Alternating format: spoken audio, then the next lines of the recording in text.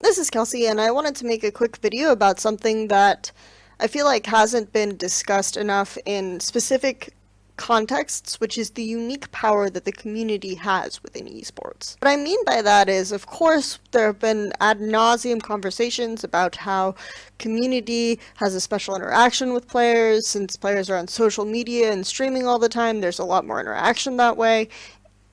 Yeah, that's been talked to death, but what I really mean is, first of all, more public figures like casters, commentators, analyst desk people, hosts, writers, talk show hosts, things like this, and the fans. Okay, so these are three separate groups, and then you have the teams and the players. So these are all tied together in some way, and I think that there is a unique relationship between all of them that is really, really strong in esports that people don't necessarily discuss as much. First of all, there are a few things that inspired this, and I'm not going to go into great detail on a lot of them, but in particular, I've been watching a lot more North American League of Legends lately, and the NALCS broadcast, which all very well produced, things like that, but things that I notice are, first of all, the way that the community behaves during the NALCS, and the way that fans talk about teams, the way teams talk about each other, and then, of course, the way the commentary is done. I made a couple of tweets that I think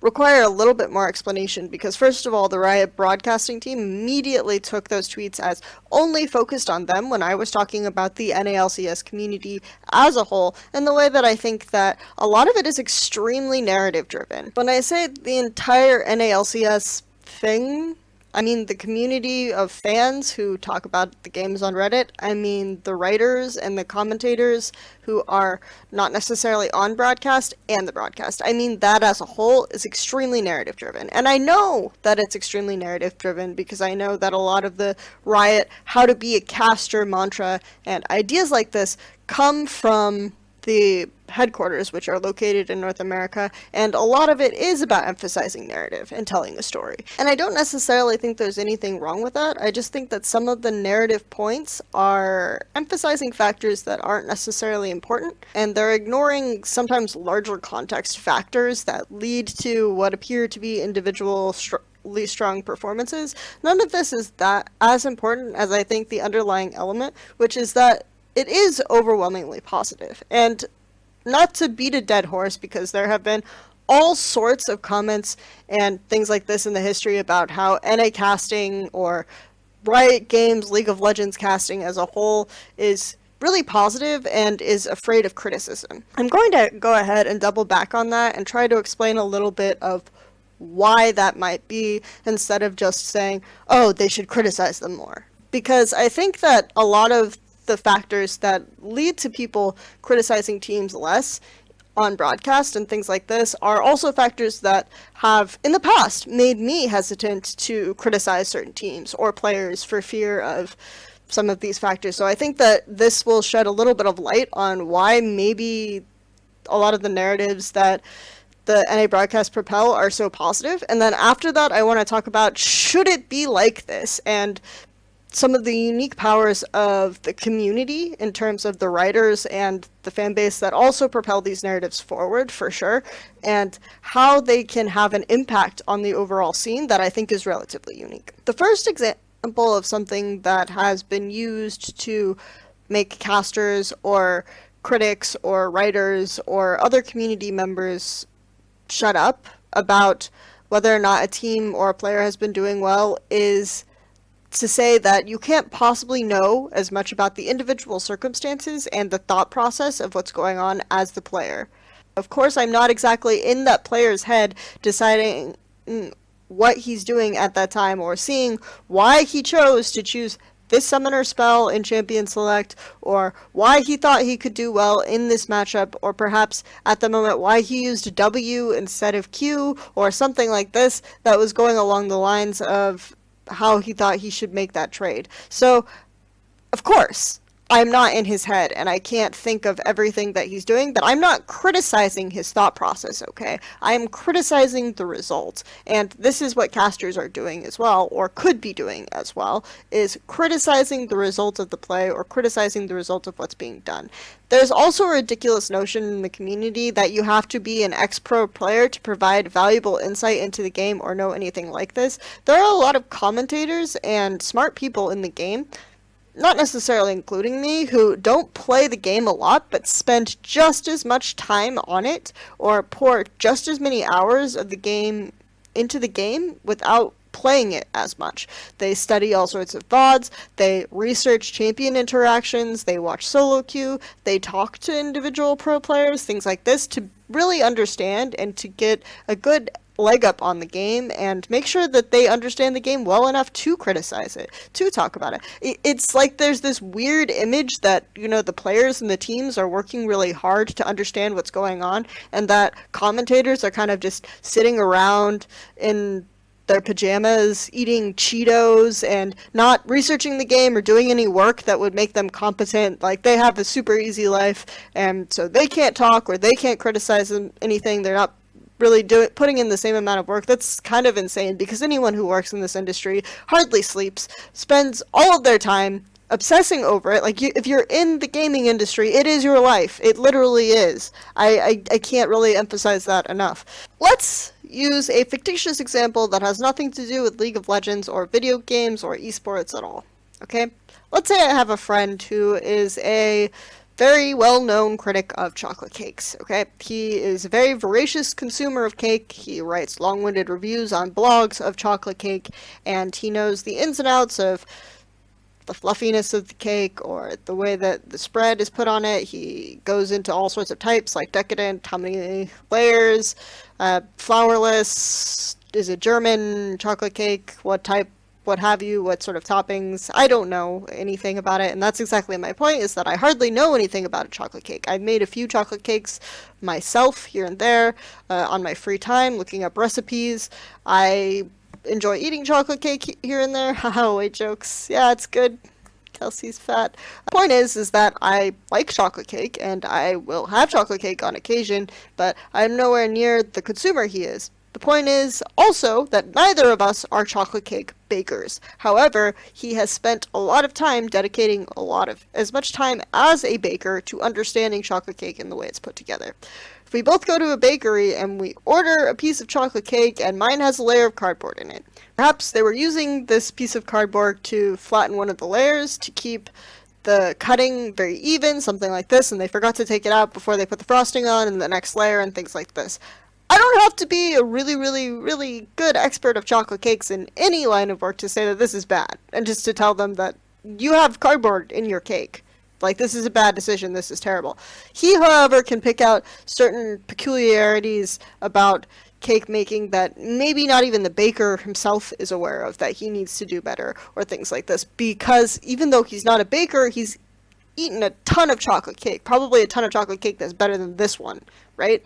And so he can make some sort of commentary on that without necessarily knowing that the baker chose to use this amount of sugar because of some other reason. So I think that this same sensibility can be applied to video games and League of Legends. If you watch enough VOGs and you notice certain movements on the map over and over again, you can start to criticize the movements that the pro players make. You can start to criticize different aspects of the game and decision making that pro players are doing without necessarily being a pro player yourself. And if the mistakes are bad enough, you don't even necessarily have to be an expert or someone who has a career in the game to be able to criticize when something is really, really dire. You might have to do more research to know, like, why and the overall context of this move and why it ended up being that bad. But again, this is something that you can usually figure out with research. A really good example is draft, okay? A lot of times when I criticize draft on Twitter, or when I see other people criticize draft on Twitter, or I see casters criticize a draft on Twitter, automatic response, and one of my favorites for doing this is Jarge, who works for Team Liquid, will say something like, I find, from my experience working on teams, that you can never know the specific details that lead to why teams choose to draft this way. Well, a lot of the specific details are really obvious. For example, I'm going to use Edward Gaming because I'm really familiar with this team.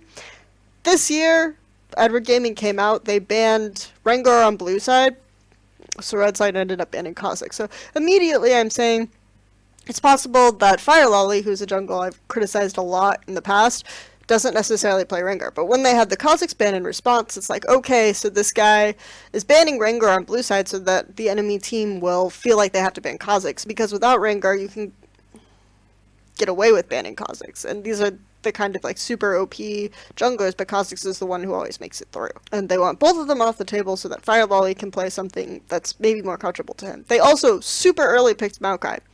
Why would they super early pick Maokai? Because their top laner is Mouse, and Mouse doesn't play a lot of champions. It's actually really frustrating. If you go back in their history, they would continuously early pick Echo and Maokai because he didn't really necessarily play anything. So yes, you can kind of guess and infer a lot of peculiarities of drafts that look like mistakes that are based on what an individual player's preference is, or why he might necessarily feel this way, or why they have to maybe even handicap themselves at drafts because of their player's champion pool or because of their player's own preferences.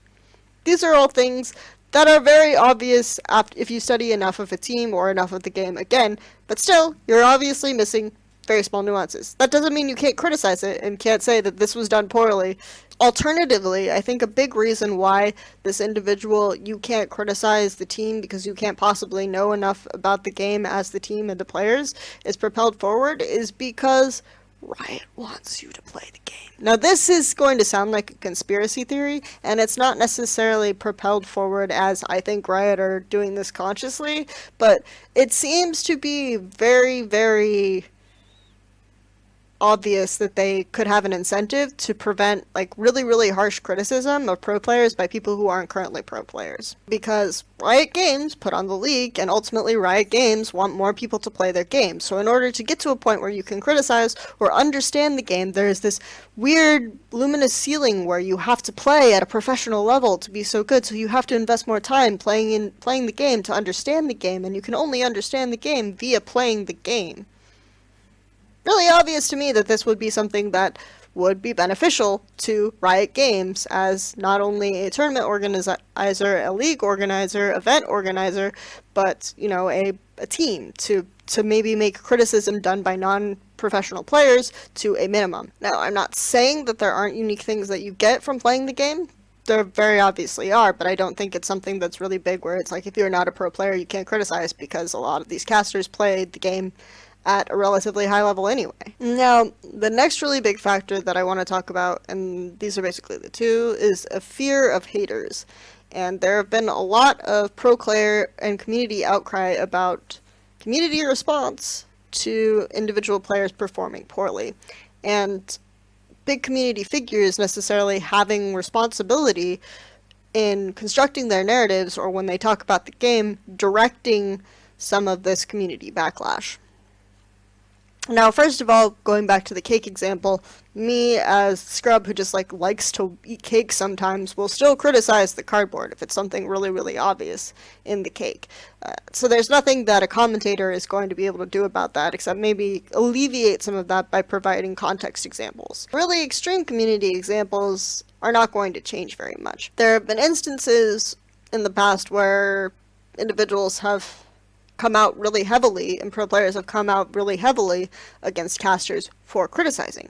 One was in 2015 Worlds, when the famous worrying trend, where Jat ended up apologizing to Cloud9 because a lot of the players came out and said, oh, you shouldn't have been that critical of balls, right? Or recently, I think it was in November, there was a CSGO dilemma, and I don't know enough about the details of Richard Lewis and what happened between the Smiths, so I'm not going to comment on how severe his criticism was or anything like that, but a lot of the complaints about the way Richard Lewis criticized him was that him doing so was going to give the community ammunition, and he should take responsibility for that in that sense.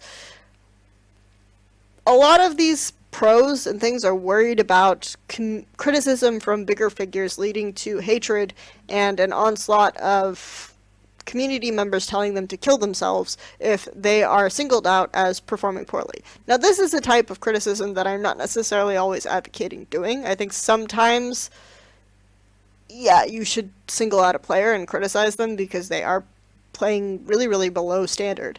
But most of the time, I think there are just a lot of large team-related decisions, and usually when I criticize players, if you actually read what I write and things like this, you see that I'm criticizing the overall team decision making and playing around a player who maybe doesn't deserve it, or things like this, or who can't use the lead very effectively, things like that. But a lot of people will just read it as, okay, criticism of this player, we should immediately send death threats. So first of all, that thought process is really weird. If someone's going to actually do that because there's an intelligent, thought out criticism of an individual player done by someone like Jat or Zyrene or Deficio or Crepo, someone's immediately going to take that and then say, oh, they said that you screwed up in this ward placement or this team fight, so I hope you die for causing my team to lose.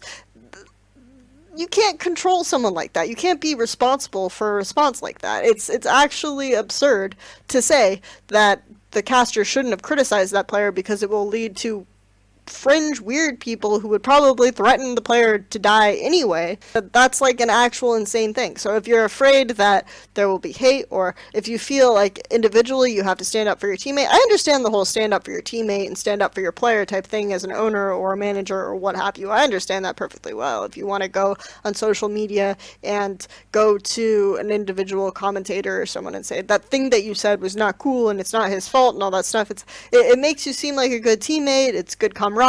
It's like, oh yes, we really have faith in you, even though the community doesn't. That's fine, whatever. But I think the community also should acknowledge that that's going on as well. It's like that if someone is going back and attacking Jat or anyone else for making a critical remark of his teammate, they're doing it as a teammate to show something of good faith, and that Jat's criticism isn't necessarily less valid because of that. Ultimately, what this like fear of haters shows is that the community does have an impact on pros. It does have an impact and a voice, and players like Hai, who have written manifestos about how the community should be more conscious of some of the bullying that they do and things like this.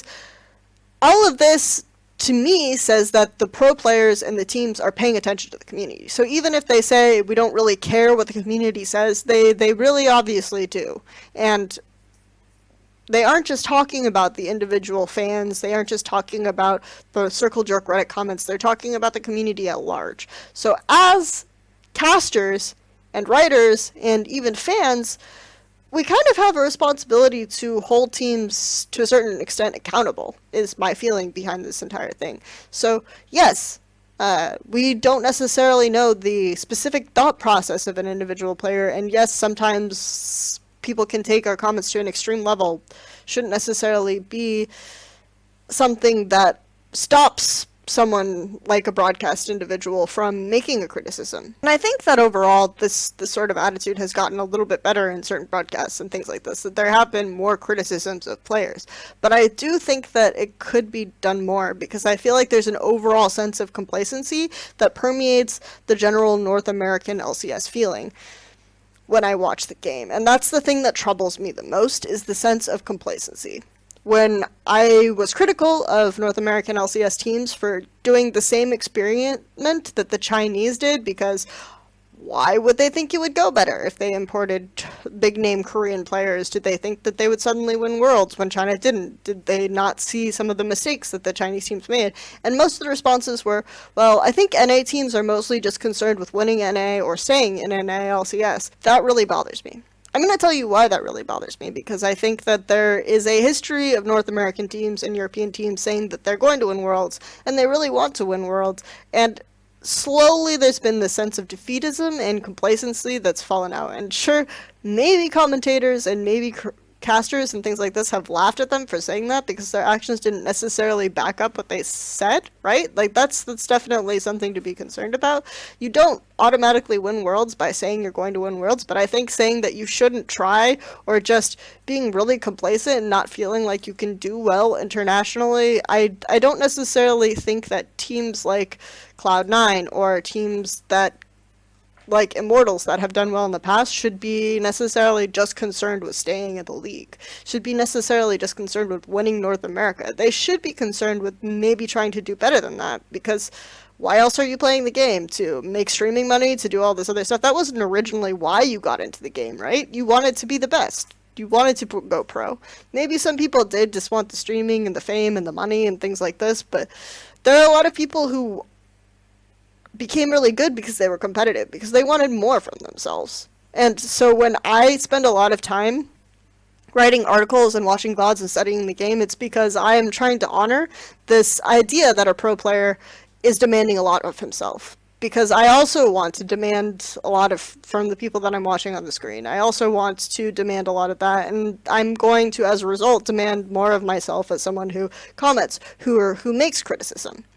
Okay, so this is why I think there is a unique relationship between the community and the teams and the players, because what we can do is we can say this complacency is not necessarily enough, right? That being good for NA is not necessarily enough. Being good for Europe is not necessarily enough. Being good for China is not necessarily enough. And that you can actually try to be better than that. You can actually try. I'm holding you to a higher standard. The casters are holding you to a higher standard because they've seen a higher standard of play. They spend a lot of time watching a higher standard of play and not just your games. So I think it's very fair to have a more critical view or a more critical eye instead of just making narrative stories or positive stories. And I think that it can have a really large impact because when you're interacting, first of all, if you say something on broadcast, it has a very large impact on the community, and it's also something that maybe someone else can hear. This comment gets upvoted on Reddit. Everyone checks Reddit. Even if they say they don't check Reddit, they check Reddit. And this gives it more visibility. Of course, this also means that there's an incentive to have more showmanship and more exaggeration when you're making claims, or to use more outlandish language, because I guarantee if you just say something like, oh, he was sort of okay, no one's going to pay attention to that at all. So overall, I think generally speaking, commentary can be entertaining, can be narrative driven, but can also look at a broader context of things going on. A very, very big example that drives me, that makes me think that there's a large call for criticism and specific types of criticism, the state of the Chinese scene and Chinese commentary, not necessarily the LPL English broadcast, because that obviously is not what I'm talking about. All of you are probably going to roll your eyes and say, oh good, she's talking about China again. I can fall asleep now, I can ignore this part. But something that's really important is that right now I think the conversations that are being held in the community are not productive to making the Chinese teams and the Chinese scene focus on things like macro play, things that they're currently lacking. And by that I mean a lot of times the casters will just make jokes, okay? Or they'll talk about something unrelated to the game, or they'll make some sort of comment, or they'll be overwhelmingly positive because they're afraid of backlash from the teams or backlash from anyone like this. So as a result, a lot of what influences the community perception, because communities don't necessarily always trust the casters to explain the game or to do things like this, are big streamers who will use phrases like pot carrier, big away, that single out players and can direct a lot of community criticism that way, or make jokes a lot that way. And so as a result, you see these big teams go to international competitions and a player gets a lot of blame and he almost instantly retires afterwards. It's happened to Pomelo. TBQ, he didn't retire, but he took a break and he went to an LSPL team after a time off. And you have players like Lucky. There was recently a documentary done by Shul W in Chinese about this type of phenomenon where an individual was heavily blamed on a team. And I think a lot of this comes back to the way that commentary hasn't done a good job of explaining why teams lose in China for a very big factor. And they've started to more and more talk about things like macro play. And a lot of times the community just memes them for talking about rotations and things like this. But I think that this type of thing is important for them to start focusing on and for them to start talking about, because it will shape, as a caster or as a commentator, you have the easiest way to shape the way that the community converses about or talks about a game. Absolutely the easiest way, because the community will listen, they'll post about it on Reddit, they'll have discussions about it, people will write articles about it, and if you aren't highlighting things in a game that are not just storyline elements, if you aren't pointing out where a team can improve, then I don't think that goes anywhere. I think you're not necessarily doing everything you can. And I also think that that's part of the responsibilities of writers and other commentators in the community. It's not just to educate the community, it's to inform and create conversations about the game that I think, I mean, if you're limiting yourself by saying you're not a pro player, so you can't necessarily observe or help the scene in any way, I think that it's already kind of over for you. There are a lot of different ways that the way that we think about the game and the way that the Western rhetoric about the game can be improved and shaped so that we aren't just focusing on one aspect of the game, which I think has overwhelmingly started to take over. For example, Europe became the lane swap region because I feel like that this was, and I feel like this went hand in hand with the coach, probably of H2K, who really emphasized the importance of lane swaps, and also the commentator, Deficio, who really emphasized the importance of lane swaps in his cast, and things like this, and this is why Europe kind of became the lane swap region for a while. I think North America was really focused on dragon control, and when you brought up what was good about TSM last year, people would always say dragon control because of the community, and because of the commentary, and because of the way that the teams focused on the dragon, but part of the reason why TSM focused on dragon so much is because a lot of their strategy was fixated on denying the enemy blue buff. So if you're on blue side and you want to deny the enemy blue buff, that's like a really convenient area for you to set up around dragon and for you to just blow flashes and give up a lot of resources in general just to deny the enemy team getting blue buffs so that Bjergsen can have a really strong laning phase. But in general, the way we talk about commentary and the way we shape commentary will create this type of discussion.